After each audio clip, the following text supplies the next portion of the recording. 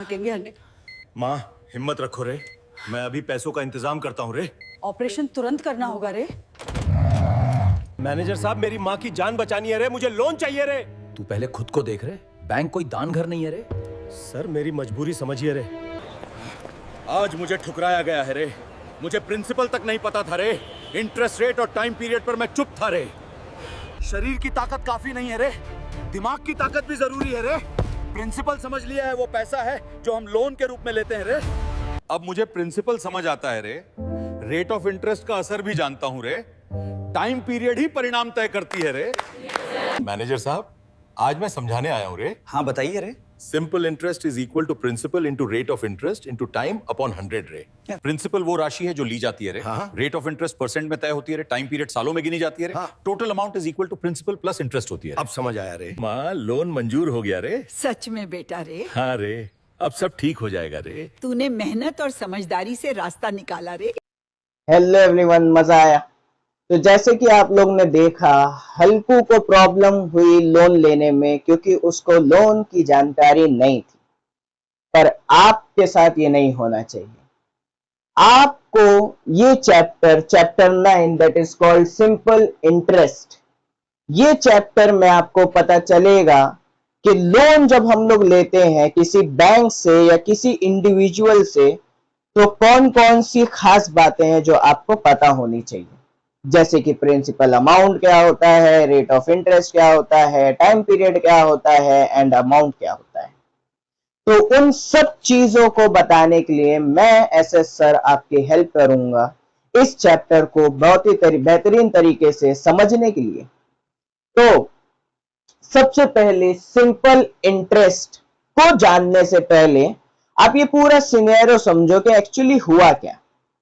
आपको या हल्कू को कोई प्रॉब्लम हुई, मेडिकल इमरजेंसी आ सकती है, एजुकेशनल लोन हो सकता है, बिजनेस स्टार्ट करने के लिए पैसों की जरूरत हो, या कोई पर्सनल खर्चों के लिए आपको पैसे की जरूरत हो, परंतु आपके पास वो पैसे अभी फिलहाल नहीं है। तो अब आप क्या करोगे? यस, आप किसी अपने फ्रेंड से पैसा चाहोगे कि कुछ वक्त के लिए मुझे उधार या कर्ज दे दे और कुछ वक्त बाद मैं वो कर्ज लौटा दूंगा। करेक्ट है? इस केस में क्या होता है, अब आपका अगर वो फ्रेंड आपका बहुत ही खास फ्रेंड है तो वो बोलेगा ठीक है भाई, आप ले लो मुझसे पैसा, बाद में 2 महीने बाद, 3 महीने बाद या 1 साल बाद आप लौटा देना। बट अगर ये छोटा मोटा अमाउंट है तो कोई भी हेल्प कर देता है। अगर आपको कुछ बहुत बड़ा अमाउंट चाहिए, लाइक आप कोई बिजनेस स्टार्ट करना चाहते हो या कोई ऑपरेशन के लिए आपको पैसा चाहिए जिसमें बहुत ज्यादा पैसा चाहिए और आपके फ्रेंड के पास वो पैसा है नहीं, तो अब आप क्या करोगे? आप किसी एक कम्युनिटी के पास जाओगे या तो आप बैंक जाओगे। आप गए अपने एक पहले दोस्त के पास, उसने बोला मेरे पास पैसा नहीं है, मैंने अपना सारा पैसा बैंक में डाल दिया। या दूसरे दोस्त के पास गए, उसने भी बोला कि मैंने अपना पैसा बैंक में डाल दिया। तीसरे दोस्त के पास गए, उसने भी आपको बोला कि मैंने अपना पैसा बैंक में डाल दिया। अब आप क्या सोचोगे कि जब मेरे सारे दोस्तों के पैसे बैंक के पास है तो क्यों ना मैं बैंक से ही अपना लोन ले लूं। अब आप जाते हो दौड़ दौड़ के डिग डिग डिग डिग, और कहां पहुंचते हो? बैंक में। बैंक वाला आपको बोलता है ठीक है भाई, आपको लोन चाहिए, हम आपको लोन दे देंगे, लेकिन उस लोन के बदले आपको कुछ चार्जेस मुझे देने होंगे, और वो चार्जेस होंगे एनुअल बेसिस पर, और आपके जितना आपने उधार लिया है, जितना आपका अमाउंट है, उसके कुछ परसेंट पर। अब यहां पे एक वर्ड यूज किया मैंने, परसेंट। अब इस वर्ड को आप ध्यान से समझो। यहां पे ये जो पर है, ये एक्चुअली 2 वर्ड को मिला के एक वर्ड बनता है, परसेंट। इन सम लैंग्वेजेस सेंट का मतलब होता है 100। आप लोग इंग्लिश में कहते हो 100, 100, बट इन सम लैंग्वेज 100 को ही सेंट कहा जाता है। और पर का मतलब होता है अपॉन। अपॉन या तो डिवीजन, जैसे कि अगर मैं बोल रहा हूं 5%, ये इसका सिंबल है, परसेंट को इस सिंबल से डिनोट किया जाता है। मैंने बोला 5%, इसका मतलब ये होता है 5%। 5% किसका? मैंने क्या बोला? 5% वो पैसे का जितना आपने उधार लिया है। तो 5% ऑफ। अब यहां पे मैं जो वर्ड यूज कर रहा हूं, सॉरी यहां पे जो मैं वर्ड यूज कर रहा हूं वो यूज कर रहा हूं ऑफ। ऑफ का मतलब होता है मैथ्स में मल्टीप्लिकेशन, जिसको ब्रैकेट से भी डिनोट किया जाता है, इसको पैरेंथेसिस बोलते हैं हम लोग नॉर्मल लैंग्वेज में, और ऑफ भी कहते हैं। तो 5% ऑफ यानी ब्रैकेट, और ब्रैकेट का मतलब होता है मल्टीप्लिकेशन, यानी ब्रैकेट के बाहर लिखी हुई जो भी वैल्यू है वो अंदर लिखी हुई सारी वैल्यूज को मल्टीप्लाई करेगी। तो 5/100 या 5% ऑफ उधार अमाउंट, उधार अमाउंट यानी जितना आपने सामने वाले से उधार लिया, ठीक है, उसके कुछ परसेंट, 5%, 10%, 2%, 3%, ये बैंक के ऊपर डिपेंड करता है, या तो आप जिस कम्युनिटी से ले रहे हो उसके ऊपर डिपेंड करता है कि कितना परसेंट आपसे वो चार्जेस ले रहे हैं। तो बैंक ने बोला हम इतना इतना चार्जेस लेंगे और आपको कितने साल के लिए चाहिए? अब आपने बोला मुझे 3 साल तो लग जाएगा ये लोन चुकाने में। तो बैंक क्या बोलेगा? ठीक है, हम इतना आपसे हर साल लेंगे जब तक आप लोन वापस नहीं करते, ठीक है। तो ये होता है उधार लेने का तरीका बैंक से, या लोन लेने का तरीका। और उसमें जो एक्स्ट्रा अमाउंट आपसे बैंक चार्ज करता है, जितना उधार देता है वो तो आपसे लेगा ही, वो थोड़े ना छोड़ेगा, वो तो लेगा ही। उसके अलावा जो एक्स्ट्रा चार्जेस वो आपसे लेगा उसको हम लोग कहते हैं सिंपल इंटरेस्ट या सिर्फ इंटरेस्ट, ठीक है। Is that clear? तो अब सिंपल इंटरेस्ट को निकालने के लिए, या बैंक से जो उधार हम लोग लेते हैं, जितने टाइम के लिए लेते हैं, जितने परसेंट पे लेते हैं, इन सब को एक खास खास नाम दिया गया है जो आपने ऑलरेडी वीडियो में देख रखा है, हलकुरे वाली, ठीक है। तो उसको थोड़ा सा अच्छे से और समझते हैं और आगे बढ़ते हैं इस चैप्टर के साथ, ठीक है। तब तक आप इनमें अगर कुछ इंपॉर्टेंट लगता है, जैसे कि परसेंट का डेफिनेशन, ऑफ का, ये एक स्मॉल नोट्स आप बना लो और हम लोग आगे बढ़ते हैं। ओके, सो आप उधार लेने चले गए, आपने एक अमाउंट सोच लिया कि मुझे इतने पैसे की जरूरत है। सपोज आपको जरूरत है 10K की या 10,000 की। कितने की जरूरत है आपको? 10,000 रुपीज की जरूरत है। आपके पास वो पैसा है नहीं, आपको बहुत अर्जेंट नीड है, पर्सनल लोन है, बिजनेस लोन है या मेडिकल लोन है, डजंट मैटर, बस आपको 10,000 की जरूरत है। आप गए बैंक के पास, बैंक ने बोला कितना पैसा चाहिए? आपने बोला 10,000। बैंक आपको 10,000 लोन दे देगा, ठीक है, और उस अमाउंट को वो यू बोलेगा प्रिंसिपल अमाउंट। कौन सा amount? Principal amount. Principal amount वो अमाउंट होता है जितना आपने उधार लिया या जितना बैंक ने आपको उधार दिया, ठीक है, प्रिंसिपल अमाउंट। ये एग्जांपल कि आपको 10,000 की जरूरत थी, तो यह आपका प्रिंसिपल अमाउंट है। तो आपने 10,000 रुपीज बोरो किया। क्या किया? बोरो। बोरो यानी उधार लिया या लेना, ठीक है। सो बोरोड अमाउंट को हम लोग क्या कहते हैं? प्रिंसिपल अमाउंट, या वो अमाउंट जो बैंक आपको देगा एज अ उधार, या वो अमाउंट जो आपके कम्युनिटी या आपके फ्रेंड सर्कल जो आपको देंगे उसको हम लोग बोलेंगे प्रिंसिपल अमाउंट। क्लियर है? श्योर? Simple, right? अच्छा, उधार मिल गया। अब उधार जैसे ही आपको मिला, सामने वाला ऐसे ही थोड़ी ना दे देगा कि हाँ भाई जब मन करे आप दे देना, तू अब नहीं आ रहे, तू रख ले, नहीं, बल्कि उधार देने वाला, स्पेशली जब वो बैंक होता है तो आपसे पूछता है कि ये बैंक, ये जो उधार आपने लिया है वो आप कितने टाइम में वापस करोगे। अब आपने पूरा कैलकुलेशन लगाया, महीने का मैं इतना कमाता हूँ, महीने में इतना सेविंग कर सकता हूँ, इतना उड़ाता हूँ, तो उसके जरिए से आपने बोला कि ठीक है सर 3 साल में मैं ये अमाउंट आपको वापस कर दूंगा। कितने साल में? 3 साल में। 3 साल में मैं आपको अमाउंट वापस कर दूंगा, ठीक है। तो अब बैंक सोचेगा, बोलेगा चलो 3 साल ठीक है, तो 3 साल तक वो आपको टाइम दे देगा, ठीक है। इसको कहते हैं टाइम पीरियड, यानी जितने साल के लिए आपने लोन लिया है, जितने वक्त के लिए आपने लोन लिया है, उस टाइम पीरियड को हम लोग टाइम पीरियड कहते हैं। और इसको डिनोट करते हैं हम लोग टी से। आपकी टेक्स्ट बुक, यहाँ पे मैं इंटेलेक्चुअल मैथमेटिक्स नाम की जो टेक्स्ट बुक है फॉर 5th स्टैंडर्ड उसको यूज कर रहा हूं, ठीक है। तो उसमें टाइम पीरियड को डिनोट किया गया है टी से।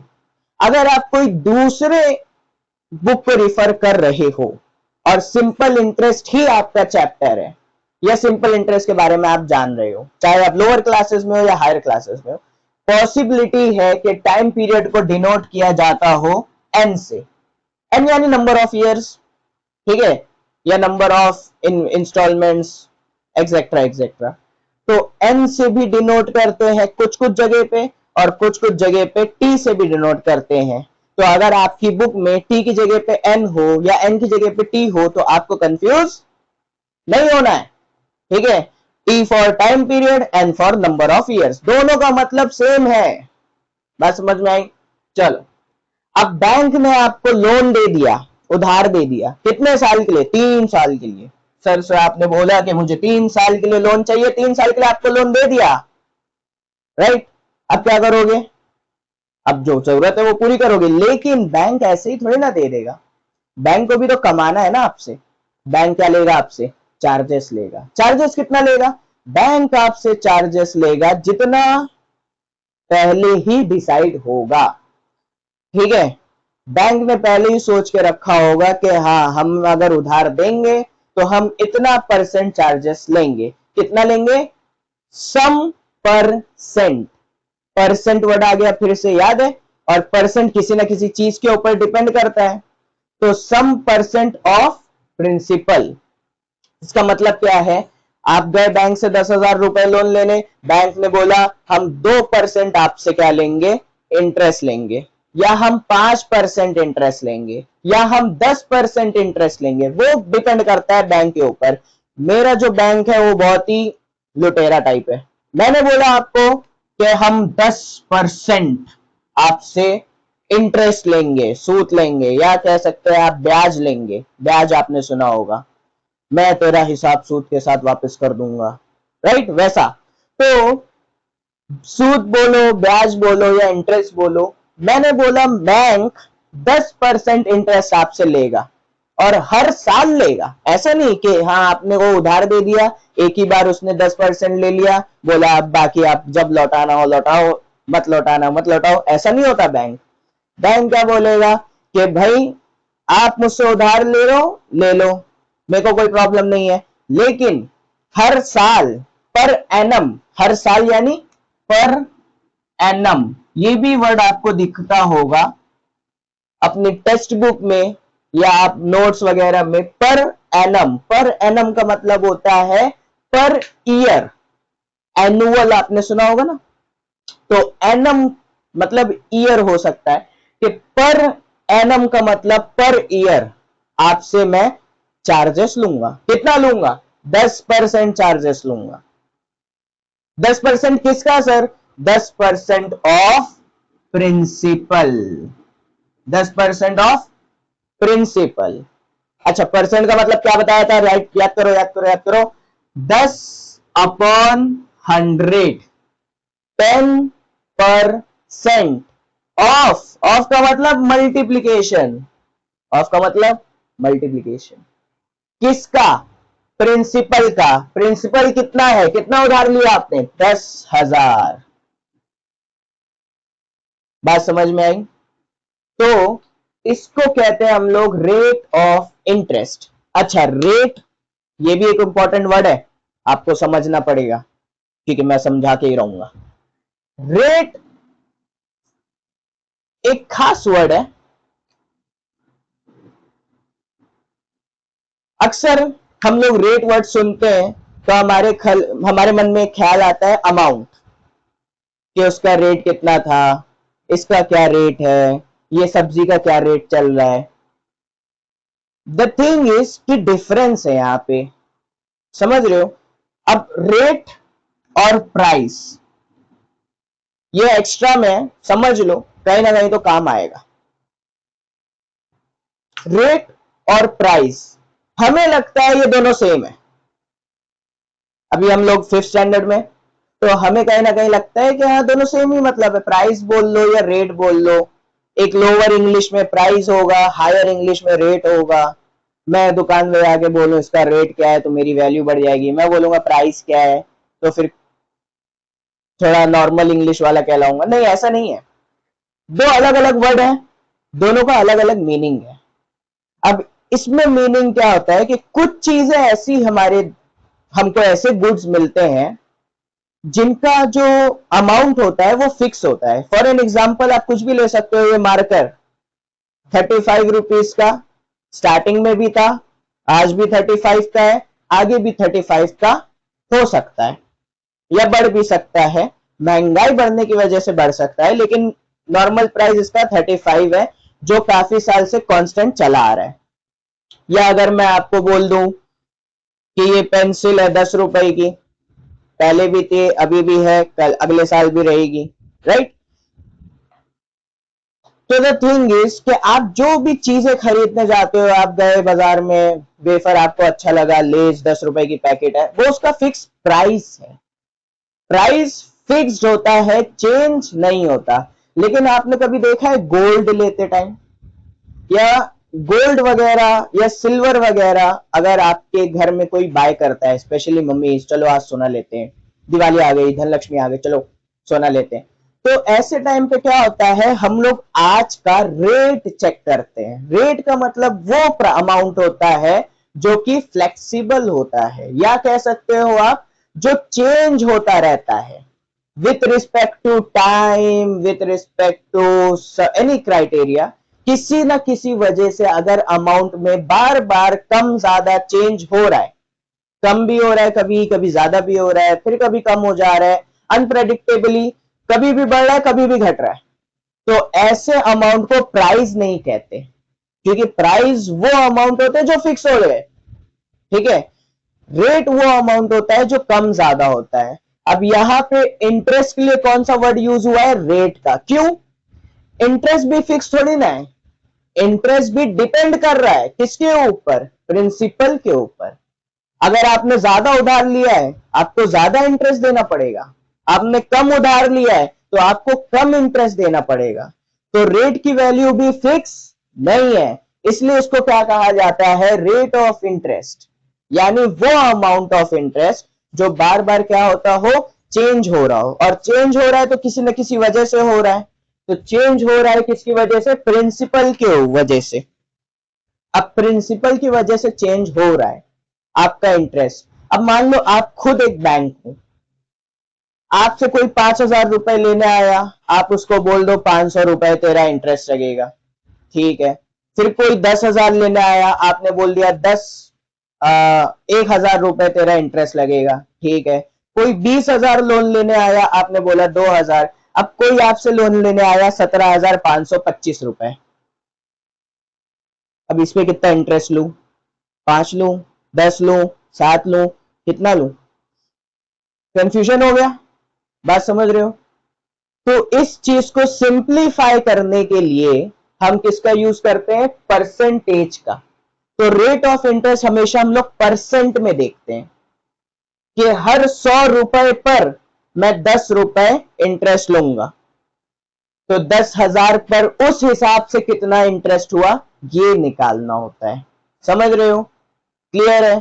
तो ये होता है rate of interest, interest amount नहीं, rate of interest. Rate of interest किसमें होगा, हमेशा परसेंट के हिसाब से, क्योंकि वो डिपेंड कर रहा है किसके ऊपर, प्रिंसिपल के ऊपर। बात समझ में आ रही है।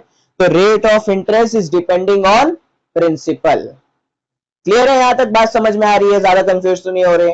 Price, fix amount, rate changes with something. यहाँ पे रेट ऑफ इंटरेस्ट मतलब इंटरेस्ट चेंज हो रहा है, किस वजह से चेंज हो रहा है? प्रिंसिपल के चेंज होने की वजह से। कितने साल के लिए लोन ले रहे हो उसको टाइम पीरियड कहते हैं, उसको टी से भी डिनोट करते हैं, एन से भी डिनोट करते हैं। प्रिंसिपल क्या होता है? वो अमाउंट होता है जो आपने उधार ले लिया। डन। अब 3 साल के बाद अब बारी आ गई किसकी? लोन चुकाने की। अब आप बैंक के पास जाओगे या बैंक आपके घर पे खुद आएगा, बोलेगा ला भाई 3 साल हो गए तेरे, मेरे पैसे वापस करो। तुम बोलोगे ठीक है भाई मैंने जमा कर लिया, 10,000 मैंने तुमसे लिया था, 10,000 वापस ले लो। अब बैंक बोलेगा नहीं, 10,000 तो मैं लूंगा प्लस 3 साल तूने मेरा 10,000 रुपए यूज किया है, उसका मैं एक्स्ट्रा चार्ज लूंगा। वो एक्स्ट्रा चार्ज को हम लोग क्या कहते हैं? Simple interest. तो जब वापस करने का टाइम आएगा तो आपको टोटल अमाउंट देना पड़ेगा बैंक को। और बैंक टोटल अमाउंट कैसे कैलकुलेट करेगा? बैंक बोलेगा मेरे को वो प्रिंसिपल अमाउंट दे। क्या दे? वो प्रिंसिपल अमाउंट दे जो मैंने तेरे को दिया था, प्लस मुझे वो पैसा भी चाहिए जो हमारे बीच में डिसाइड हुआ था। क्या डिसाइड हुआ था? कि मैं कुछ एक्स्ट्रा चार्ज लूंगा। कितना चार्ज लूंगा? इंटरेस्ट। ठीक है, वो जो एक्स्ट्रा चार्ज लूंगा उसको क्या कहते हैं? इंटरेस्ट। बात समझ में आ रही है? तो मैं कुछ एक्स्ट्रा चार्ज लूंगा। कितना लूंगा पता है? नहीं पता, फिलहाल नहीं पता। ठीक है, लेकिन उसको बोलते क्या है? उसको बोलते हैं सिंपल इंटरेस्ट। तो आई होप आपको यहां तक की बात समझ में आएगी कि प्रिंसिपल क्या होता है। वो उधार अमाउंट जो आप लेते हो या बैंक आपको देती है as a loan. Rate of interest हर साल कुछ चार्जेस आपसे वो कलेक्ट करती है। टाइम पीरियड जितने साल के लिए आपको लोन दिया गया है। अमाउंट जितना पैसा टोटल आपको लौटाना पड़ता है, प्रिंसिपल प्लस इंटरेस्ट।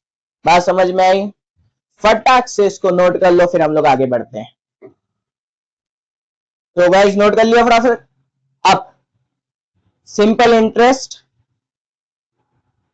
के बारे में थोड़ा सा और डिटेल।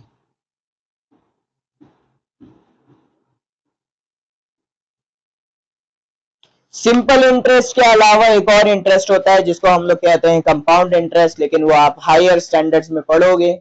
फिलहाल हम लोग फोकस करते हैं सिंपल इंटरेस्ट पे। सिंपल इंटरेस्ट को निकालने का तरीका क्या है? राइट, सिंपल सी बात है। आपने उधार लिया, बैंक वाले ने उधार दिया, बैंक वाले ने बोला कि मैं इतना % आपसे इंटरेस्ट लूंगा। यही तो मेन पॉइंट है। बैंक की कमाई क्या है? इंटरेस्ट के बेस पर है। तो बैंक ने क्या बोला? मैं आपसे आर क्या था? Rate of interest. Rate of interest R% interest लूंगा। किस पर? प्रिंसिपल पर। ठीक है, तो अब ये क्या हो गया? R into P upon 100। Right. अच्छा, ये एक ही बार लेगा क्या? बैंक ने क्या बोला? मैं हर साल लूंगा। जितने साल के लिए आपने लोन लिया है उतनी बार आपसे ये अमाउंट लूंगा। तो अगर मान लो आपने 3 साल के लिए लोन दिया है तो आपको कितना इंटरेस्ट भरना पड़ेगा? 3 बार। अगर आपने 5 साल के लिए लिया है तो 5 बार। अगर आपने केवल 2 साल के लिए लिया है तो 2 बार। और अगर आपने सिर्फ 1 ही साल के लिए लिया है तो एटलीस्ट 1 बार। राइट। तो जितने साल के लिए आप लोन ले रहे हो उतनी बार आपको क्या करना पड़ेगा? लोन का इंटरेस्ट देना पड़ेगा। उतनी बार मतलब इनटू टाइम। बात समझ में आई? बैंक ने सबसे पहले क्या बोला? रेट अपॉन 100 या इतना परसेंट ऑफ प्रिंसिपल मैं आपसे इंटरेस्ट लूंगा। और कितनी बार लूंगा? जितने साल के लिए आप मुझसे लोन लोगे। तो अब अगर इसको आप ध्यान से देखो और बहुत ही अच्छे से देखो तो आपका P into R into T upon 100। अब अगर आप टेक्स्ट बुक ओपन करो तो ये फॉर्मूला बन गया आपके सिंपल इंटरेस्ट का। फॉर्मूला समझ में आया कैसे बनता है? फॉर्मूला रटना हमारा काम नहीं, फॉर्मूला बनाना हमारा काम है। मैथ्स का एक्चुअल मीनिंग है आपको मैथ्स की ब्यूटी समझ में आए। मैथ्स कोई ऐसा नहीं है कि सामने वाले ने कुछ ऐसे ही ऐसे मंत्र पढ़ा, मन में उसके एक चीज बन के आ गई, वो फॉर्मूला लिख दिया। नहीं, हर फॉर्मूले के पीछे एक कंसेप्ट होता है कि वो फॉर्मूला बनता कैसे है। आपको वो कंसेप्ट समझना है, फॉर्मूला अपने आप आपको आ जाएगा। तो रेट अपॉन 100% ऑफ प्रिंसिपल, तो ये बना। कितने टाइम के लिए? टी भर के लिए। कितनी बार देगा? टी बार देगा, तो इंटू टी। और ये आपका फॉर्मूला बन गया सिंपल इंटरेस्ट का। और सिंपल इंटरेस्ट के बाद जो दूसरा फॉर्मूला है वो है अमाउंट का। और अमाउंट के बारे में हम लोग ने अभी पढ़ा ही है। क्या होता है अमाउंट? अमाउंट होता है प्रिंसिपल यानी जितना उधार लिया प्लस इंटरेस्ट जो एक्स्ट्रा चार्ज आप दोगे। तो प्रिंसिपल प्लस इंटरेस्ट, या इसको ऐसा लिख सकते हैं P plus I. I for simple interest, R for rate of interest. इसमें भी कंफ्यूजन होती है, यहां साइड में देख लो। R is rate of interest and I is simple interest। इन दोनों में फर्क क्या है? R का मतलब होता है रेट ऑफ इंटरेस्ट, यानी जो हर साल आप परसेंटेज या परसेंट ऑफ सम अमाउंट देते हो, परसेंट में होता है rate of interest. Simple interest I क्या है? टोटल आपने कितना पैसा दिया। R क्या है? कितना परसेंट दिया। I क्या है? टोटल कितना पैसा दिया। बात समझ रहे हो? दोनों में कंफ्यूज नहीं होना है, R और I में। R की मदद से I निकलता है। I निकालने का फॉर्मूला ये है, ठीक है। और R आपको क्वेश्चन में गिवन है। क्लियर है? समझ रहे हो? चलो, ये आपके फॉर्मूले हो गए। अब इस फॉर्मूले को यूज करके एक एग्जांपल हम लोग करेंगे एंड देन हम लोग एक्सरसाइज 9 पे फोकस करेंगे। तो फटाफट ये फॉर्मूले नोट कर लो। Okay, Raju borrowed 50,000 from bank. Raju ने 50,000 रुपए बैंक से लिया। क्या है ये? करेक्ट, ये प्रिंसिपल अमाउंट है ना, क्योंकि इतना उधार उसने ले लिया। तो सबसे पहले हम लोग क्या लिखेंगे यहाँ पे? गिवन क्वेश्चन में जो दिया हुआ है वो लिखेंगे और लिखेंगे कि हमारा P फॉर प्रिंसिपल। प्रिंसिपल कितना है? हमारा प्रिंसिपल है 50,000 रुपीस, क्योंकि उतना उसने उधार लिया। आगे पढ़ेंगे। From bank at rate of 10% PA, at rate of 10% PA। PA का फुल फॉर्म है पर एनम। PA का फुल फॉर्म क्या है? Per annum. याद है मैंने बताया था पर ईयर इंटरेस्ट लगेगा, राइट। तो Raju borrowed 50,000 from bank at the rate of 10% per annum, यानी ये क्या गिवन है? R गिवन है, परसेंट ना, percent of interest, rate of interest. R given है कितना? 10%, ठीक है। अब फॉर 5 years, कितने साल के लिए लोन लिया उसने? 5 साल। तो कितने वो इंटरेस्ट भरेगा? 5 इंटरेस्ट भरेगा। तो T दिया हुआ है कितना? 5, राइट। अच्छा, निकालने क्या बोला है? What will be the amount he has to pay back to bank? या इसको और ऐड करता हूं, आफ्टर 5 years। तो 5 साल बाद राजू को बैंक को कितना रुपए लौटाना पड़ेगा? अब यहाँ पे कुछ बुद्धू लोग बोलेंगे सर 50,000 नहीं, 50,000 तो उसने उधार लिया है, वो तो लौटाना ही पड़ेगा। एक्स्ट्रा भी तो कुछ लौटाना पड़ेगा। क्या लौटाना पड़ेगा? Simple interest, right. और वो सिंपल इंटरेस्ट सबसे पहले हमको निकालना पड़ेगा कि हम कितना इंटरेस्ट भर रहे हैं, राइट। तो सबसे पहले हमको क्या फाइंड करना है? To find is simple interest. Simple interest पहले फाइंड करना पड़ेगा, फिर क्या फाइंड करना पड़ेगा? Amount, right. अच्छा, फॉर्मूले कौन कौन से यूज होने वाले हैं? फॉर्मूले सिंपल इंटरेस्ट के लिए क्या फॉर्मूला है? सिंपल इंटरेस्ट को पहली बात तो डिनोट करते हैं आई से। आई का फॉर्मूला क्या लिखाया था अभी? P into R into T upon 100, है ना। यानी rate upon rate percent into principal into time. और दूसरा फॉर्मूला अमाउंट का फॉर्मूला क्या था? Principal plus interest, right.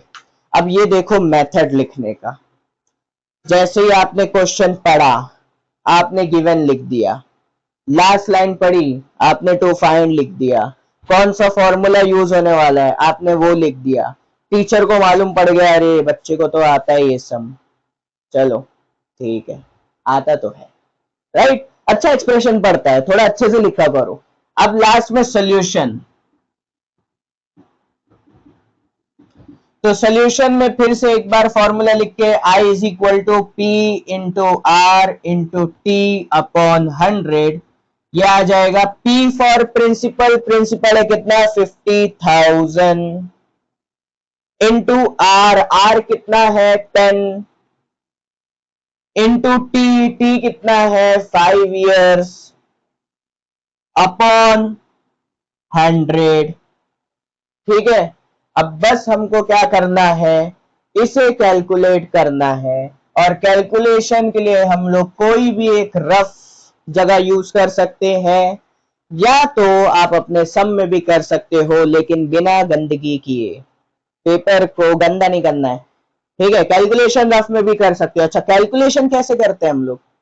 Calculation क्या है हमारी? 50,000 इंटू 10 इंटू 5 अपॉन 100। ये जो 100 है वो ऊपर के सब को डिवाइड कर रहा है, राइट। तो यहां से 2 0 और यहां से 2 0 पहले कट कर देते हैं हम लोग, राइट। 2 0 कट हो गए। अब बचा क्या? 500 इंटू 10 इंटू 5। अब यहां पे देखो, अगर इसमें तो टोटल जीरोस कितने हैं? 3, 2 इसके, 1 इसके। अब इस टाइप के कैलकुलेशन में सबसे पहले हम लोग यही करते हैं। क्या करते हैं? 1 2 3, ये 3 जीरोस लिख दिया, ठीक है। अब 3 0 लिख दिया तो बचा गया सिर्फ 5, यहां से 1, यहां से 5, समझ रहे हो। तो 5 1 जा 5, 5 5 जा 25, है ना। 5 का टेबल नहीं आ रहा है। 5 1 जा 5, 5 5 जा 25। तो ये कितना आ गया? 25,000 रुपीज। ये क्या है? इंटरेस्ट है, समझ रहे हो। ये क्या है? इंटरेस्ट है। कितना? 25,000 सिर्फ इंटरेस्ट है, सिर्फ इंटरेस्ट है, ठीक है। अब इंटरेस्ट आ गया कितना? 25,000। लोन कितना था? 50,000 का, उसमें इंटरेस्ट कितना दे दिया? वो 25,000। लेकिन जब बैंक के पास वो जाएगा, बैंक क्या मांगेगा? 5 साल बाद प्रिंसिपल अमाउंट दो और इंटरेस्ट भरो। तो लास्ट में जो अमाउंट वो लौटाएगा वो होगा प्रिंसिपल प्लस इंटरेस्ट। और प्रिंसिपल प्लस इंटरेस्ट का मतलब P, जो कि कितना है? 50,000, है ना। प्रिंसिपल यानी हमारा 50,000 रुपीज प्लस इंटरेस्ट। इंटरेस्ट कितना दे रहा है वो? 25,000, राइट। 25,000 इंटरेस्ट भर दिया उसने। तो अब इसको ऐड करेंगे, 0 + 0 0 + 0 0 + 0 0। 0 plus 5 is 5 and 2 plus 5 is 7, यानी 75,000 rupees at the end of 5 years. लो, जरूरत कितने की थी? 50,000 की। जरूरत कितने की थी? 50,000 की। बस जल्दी जरूरत थी, इसके लिए लोन लिया, लेकिन लोन चुकाने के टाइम पे चुकाया कितना? 75,000। बात समझ रहे हो? तो बैंक की कमाई कितनी हुई? 50,000 रुपए पर 25,000 रुपए की कमाई बैंक ने की।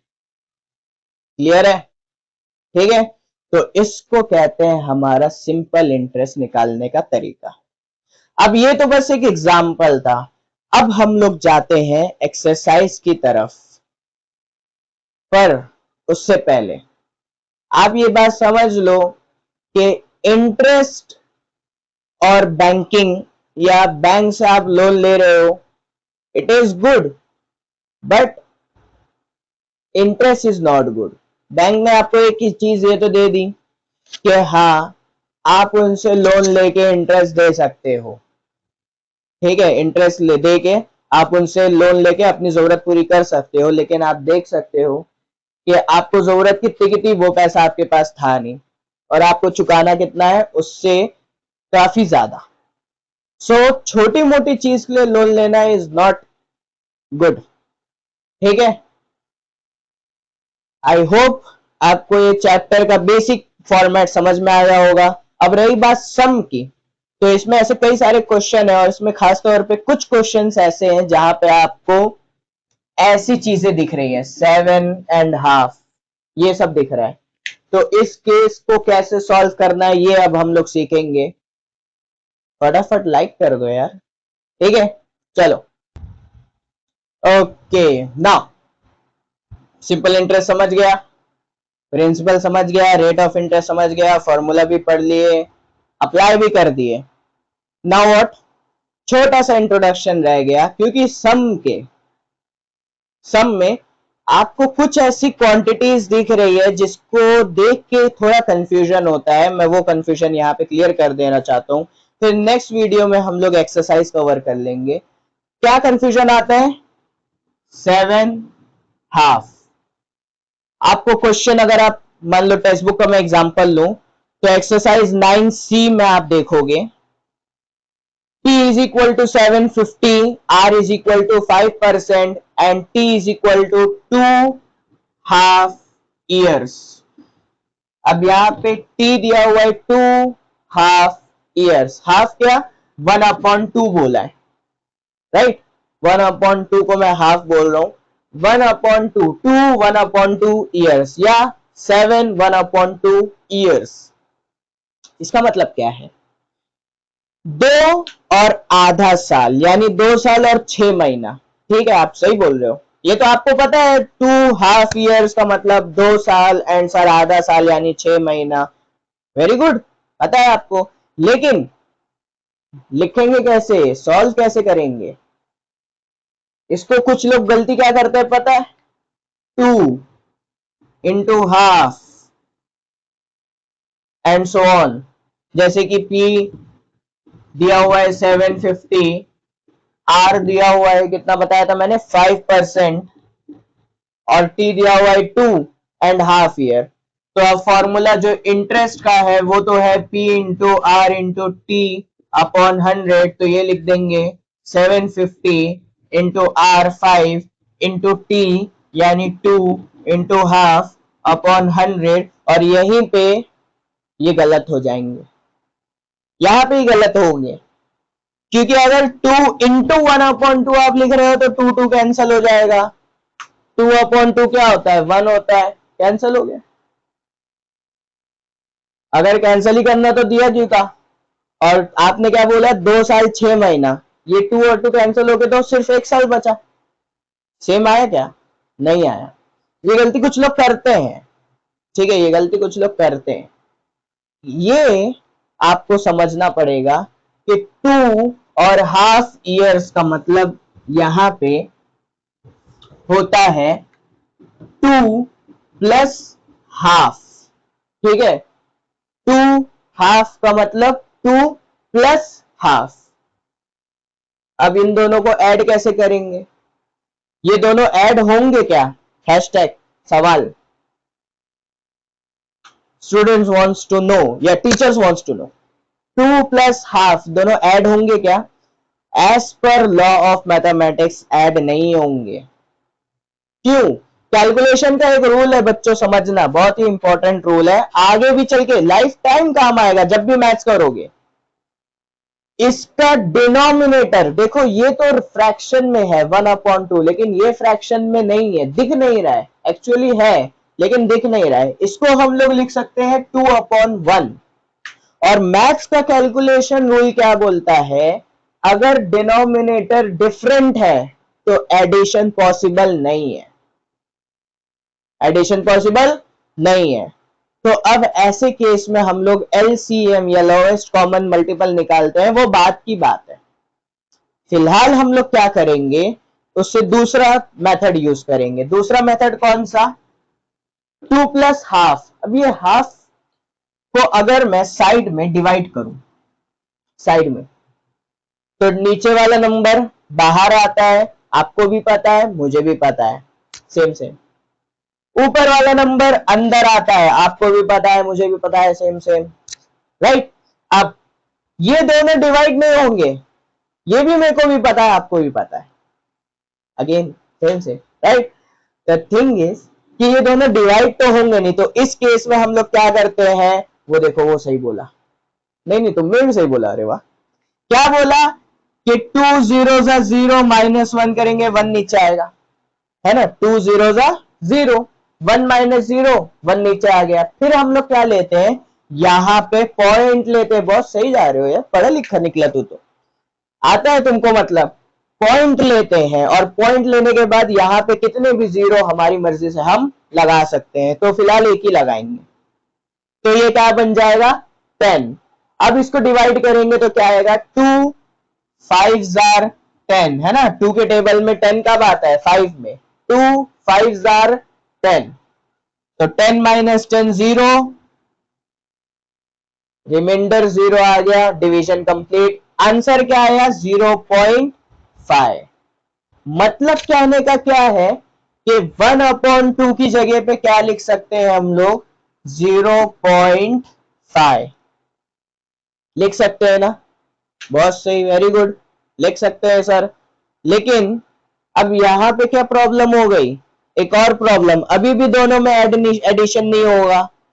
क्यों सर, अब तो डिनोमिनेटर सेम हो गया, इधर भी 1 इधर भी 1, अब तो ऐड हो जाना चाहिए, अब क्यों नहीं हो रहा। एक और प्रॉब्लम आ गई यहाँ पे, एक दूसरी प्रॉब्लम आ गई। क्या प्रॉब्लम आ गई सर, प्रॉब्लम ही तो खत्म नहीं हो रही, वेरी गुड, सही बात है। दूसरी प्रॉब्लम क्या आ गई, ये नॉन डेसिमल नंबर है, ये डेसिमल नंबर है। सर ये इतनी बड़ी प्रॉब्लम नहीं है, क्यों, 2 है, 2 को हम लोग 2.0 लिख सकते हैं, क्योंकि हमने डेसिमल नंबर्स के बारे में थोड़ा बहुत पढ़ा है, और हमको पता है कि डेसिमल नंबर को डेसिमल नंबर से ही एडिशन कर सकते हैं, डेसिमल नंबर को डेसिमल नंबर से ही सब्ट्रैक्ट कर सकते हैं। ये डेसिमल नंबर है, इसको डेसिमल बनाना पड़ेगा, और इसको भी डेसिमल बनाना इजी है कि 2 को 2.0 लिख सकते हैं, बिकॉज पॉइंट के बाद अगर 0 होता है तो उसकी कोई वैल्यू नहीं होती, राइट। पॉइंट के बाद 0 होता है तो उसकी वैल्यू नहीं होती। वैसे ही 2.0, ठीक है, लिख दिया। अब दूसरी क्वांटिटी क्या है, 0.5। एडिशन कर सकते हैं, लेकिन एक चीज का ध्यान देना होगा, क्या, यहां पॉइंट के बाद में कितना नंबर है, 1, तो यहां भी पॉइंट के बाद में कितना नंबर होना चाहिए, 1, मतलब सिंगल डिजिट। 1 मतलब ये 5 1 नहीं है, 1 मतलब एक ही नंबर है ना, कितने ज्यादा नंबर है, एक ही नंबर है। पॉइंट के बाद में एक नंबर है तो इधर भी पॉइंट के बाद में एक ही 0 लगाएंगे। अगर मान लो पॉइंट के बाद में 2 नंबर होता तो यहाँ पे भी पॉइंट के बाद में 2 0 लगाते। इसको शॉर्ट में बोलते हैं कि पॉइंट के ठीक नीचे पॉइंट होना चाहिए, ठीक है। तो अब दोनों में एडिशन होगा, 0 + 5 5 एंड 2 + 0 is 2, तो ये आ गया कितना, 2.5। यहां पे आपकी शॉर्ट ट्रिक आ गई कि 2 प्लस हाफ को आप 2 प्लस 0.5 लिख सकते हो और इस नंबर को इस नंबर से ऐड करके इसको 2.5 बना सकते हो। समझे? वैसे ही अगर मान लो आपको टी दिया होता 7.5, तो 7.5 को भी आप क्या लिख सकते थे? 7 प्लस हाफ यानी 7 प्लस 0.5 यानी 7.5। लेकिन आपको ये सब करने की जरूरत नहीं है, ये तो बस एक्सप्लेन किया मैंने। आप डायरेक्टली क्या करोगे? 3 और हाफ गिवन है तो आप डायरेक्टली इसको लिख दोगे, सर ये तो 3.5 है। अरे सही है, करेक्ट है। आपने देखा 4.5, आपने लिख दिया 4.5, करेक्ट है। आपने लिखा 5.5, आपने लिख दिया 5.5, वेरी गुड। लेकिन आपने देखा 7 इंटू 1/4, अब देखो अलग हो गया। यहाँ पे 1/2 1/2 1/2 था, 0.5 0.5 0.5। यहाँ पे 7 इंटू 1/4 है, इधर आपने लिख दिया 7.5, गलत हो गया। ये नहीं कर सकते। क्यों?